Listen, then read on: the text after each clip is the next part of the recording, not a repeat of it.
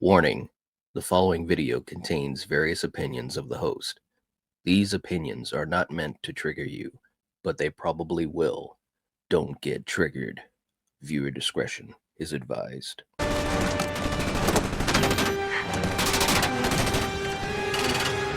Let's get this party started.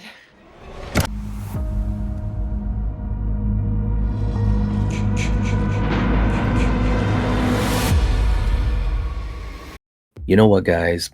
Cabin in the Woods should not work as a film. It's a horror movie that spoils its own twist in the opening scene. That's number one. Like, who wants to get spoiled right in the beginning of a movie? That is a no-no. Okay, it constantly cuts away from the main characters, the people that we've come to follow, and goes into this other story that really doesn't make 100% sense for a long time in the film. And it practically tells you right from the beginning that it's making fun of all the horror cliches that we've grown up with, that we've watched. And even for you guys that are new horror fans, all of the things that make horror what it is, it's making fun of it from A to Z. And I gotta admit, it makes me laugh when I'm watching it too.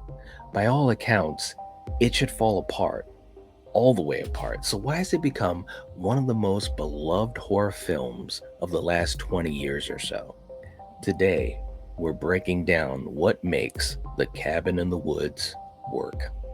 Number one, it understands horror.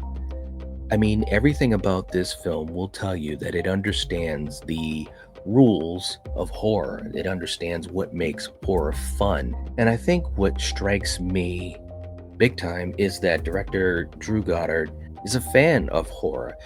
In the film, we have all of the things that, for me growing up being a fan of horror films, it has to have. It has the archetypes. All of the characters that you see in the film are like a shining example of some of my favorite horror characters that I love to watch. The references are crazy. There's references to dozens and dozens of horror films. You've got the main setup with your group of characters that are going away to hang out, a little bit of a vacation, and they're going to the woods. Now, you guys know, as a fan of Friday the 13th and that franchise, I absolutely love the setting of the woods. Going somewhere that's remote from everyone else, going somewhere where you don't necessarily have safety that can get to you in time, right? So going to the woods and being isolated is just a great setup. And you've got this combination of some different references here, because you've got a little bit of that Friday the 13th feeling, but you also have a huge dose of Evil Dead, and Evil Dead is another one of my favorite horror franchises. So the references are so crazy right in the beginning of the film, but it goes even beyond that, because you see that The Cabin in the Woods has respect for all these conventions, especially slasher conventions. This film, it's really a celebration of all these subgenres, the zombie killer Buckner family and everything. But at the end of the day, understanding horror isn't enough. You need to do more, and that's the magic of The Cabin in the Woods. Number two, it gives every cliche a reason. And as you watch the film, it becomes very clear. This is such a stroke of genius in and of itself. You have the basement, right, where all of these cursed artifacts are. And we all understand how bad a place like the basement can be. I know as a kid, I used to be terrified to go into our basement, especially if it was nighttime and super dark and things like that. So the film really digs into that in and of itself. We also have the creepy gas station. I mean, this is a gas station that is out in the middle of nowhere. And then beyond that, you have our classic Harbinger. And this was totally reminding me of Ralph from Friday the 13th. I mean, as soon as you get all of this information and, this talk, and I mean, I don't know, man. Always someone looking to sell that plot. You knew the original owners. Yeah, not the first. I've seen plenty come and go. Hell, I've been here since the war. Which war?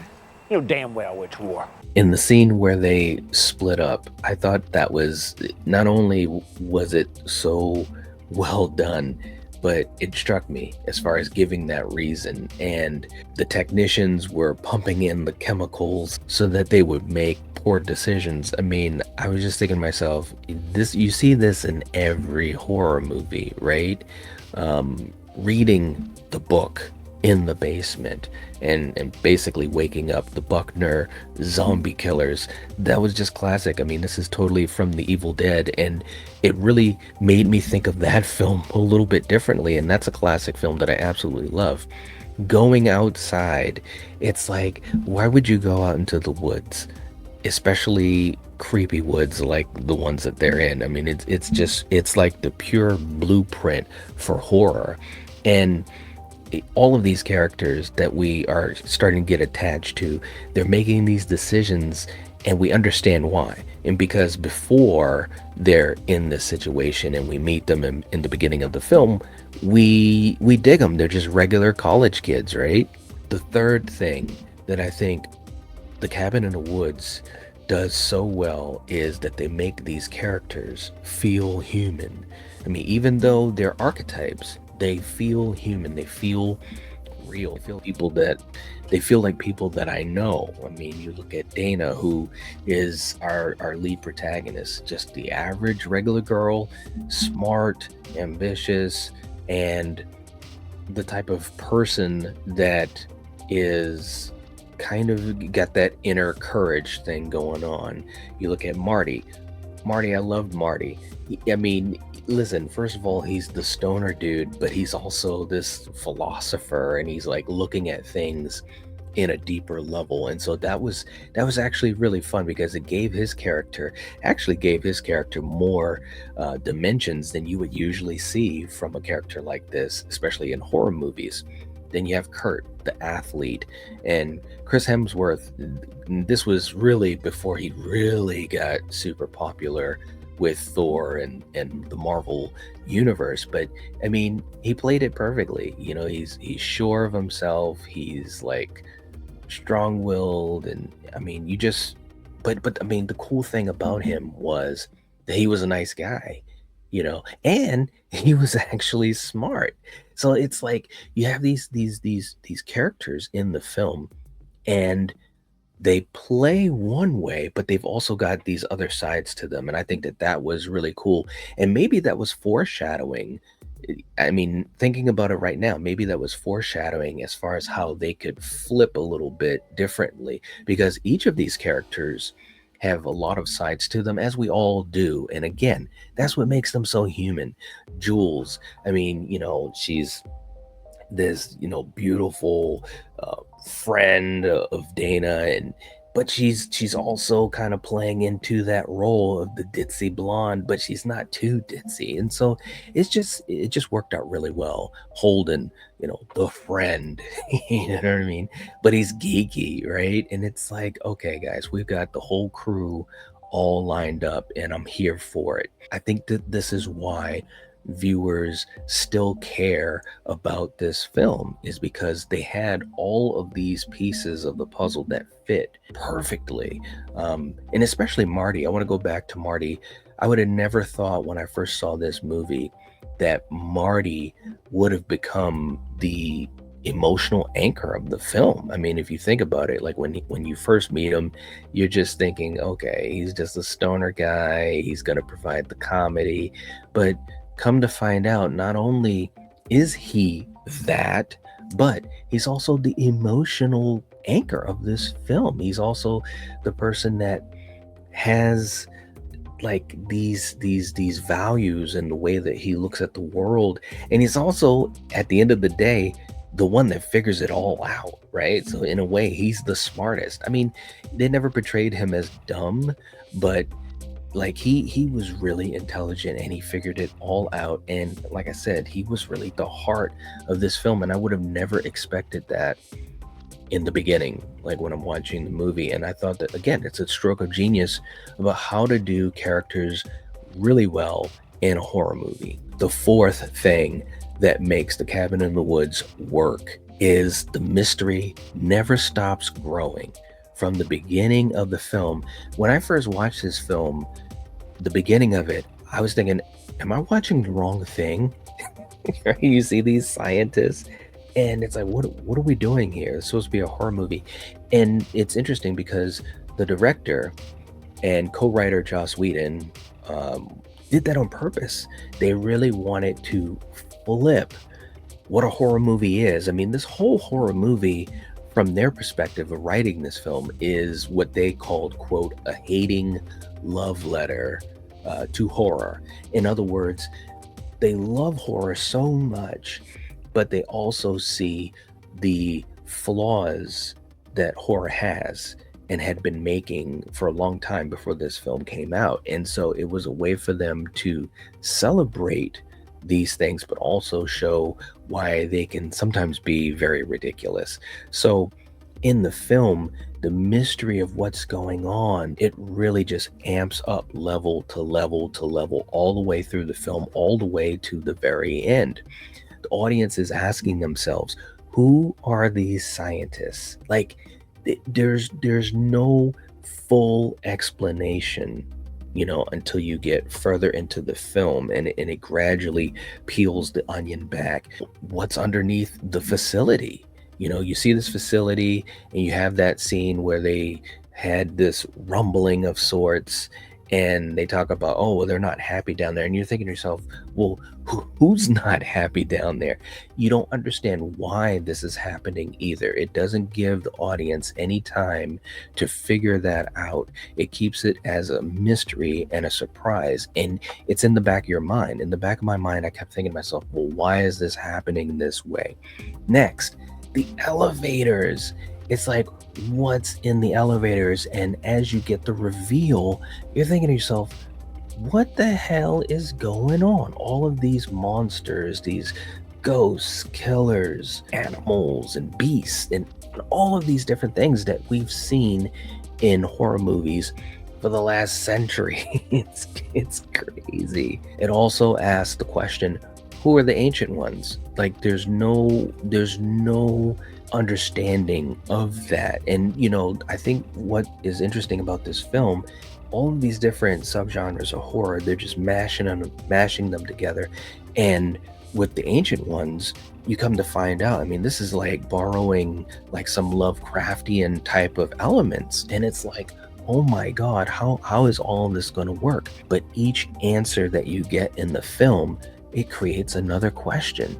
Every time that they take a step forward, it's almost like they take two steps back, right? When they think they're going to be able to escape, and then something happens, and then you're like, what? How did they do that? Why is that happening? What kind of reach does this organization really have? I mean, it's you've got questions all throughout the film, but I think what's great is that the questions don't limit your entertainment. It doesn't limit you being able to enjoy the film as you're watching it. If anything, this is creating some great retention for the film because you can't stop watching it. It's building curiosity so much as the film goes on, and something that started out as some type of homage to Friday the 13th or Evil Dead grows into something that's so much more. The fifth thing that makes The Cabin in the Woods work is that the ending changes everything that you've seen. Rather than simply defeating the monster, in this example, you've got all of these monsters, again, beasts, ghosts, goblins, killers from movies. I mean, they had references to The Strangers, to Hellraiser, to Sin City, to Universal Monsters. But the film questions the audience as far as, why do we enjoy horror? And then all of a sudden you start to realize, the wheels start turning. You realize that the scientists, all these people in the facility that are watching this ritual happen, they are us. They are us. They are us in a movie theater. They are us in our basement with our friends. They are us in our living rooms with our family, watching these horror movies and enjoying them, and sometimes feeling connected to some of them and so forth. So that was like crazy, because the next time I watched this movie, it was almost a whole different experience. Still wildly entertaining, but I was looking at it from a different lens. Why do these rituals exist? It's like, okay, I'm trying to understand why they're trying to take out each of these archetypes. Why? Why? And that was the big question that kept coming into my mind. Why? It also kind of made me think to myself, as a horror fan myself, what are horror movies actually giving the viewers? What are horror movies actually giving me? Now, that could be a whole nother video for another day, but the movie is smart enough and multi-layered enough to be able to ask those questions while the action is still happening. It's not hitting you over the head. So again, when you can have a horror movie do multiple things well at the same time, you got to give it a whole bunch of credit. The ending reframes everything, and I think that is amazing. It makes you take a step back and reflect on everything that you've seen, as the characters in the film do as well, Dana and Marty. So what makes The Cabin in the Woods work? Well, it's not the monsters, it's not the twist, and it's not even the comedy. It's that every decision serves one central idea: take everything we love about horror and giving it a reason to exist. Instead of tearing the genre down, it celebrates it while actually reinventing it. That's why The Cabin in the Woods isn't just a clever horror movie, it's one of the smartest love letters that the genre has ever received. Well, guys, that's what I think makes The Cabin in the Woods work. Listen, my thoughts aren't the right thoughts, but I know that they're not the wrong thoughts either. They're just my thoughts. And I hope that it can create a conversation for all of us to have down in the comments, as we always do as a family. Don't forget to hit the like button. It helps us out so much, and we appreciate all of your support. And if you'd like to help the channel out even more, check out my other top 10s, rankings, tier lists, and video essays such as this one. And I will catch you guys next time. If you're watching this, if you're listening to this, you are the Night Watch. Peace.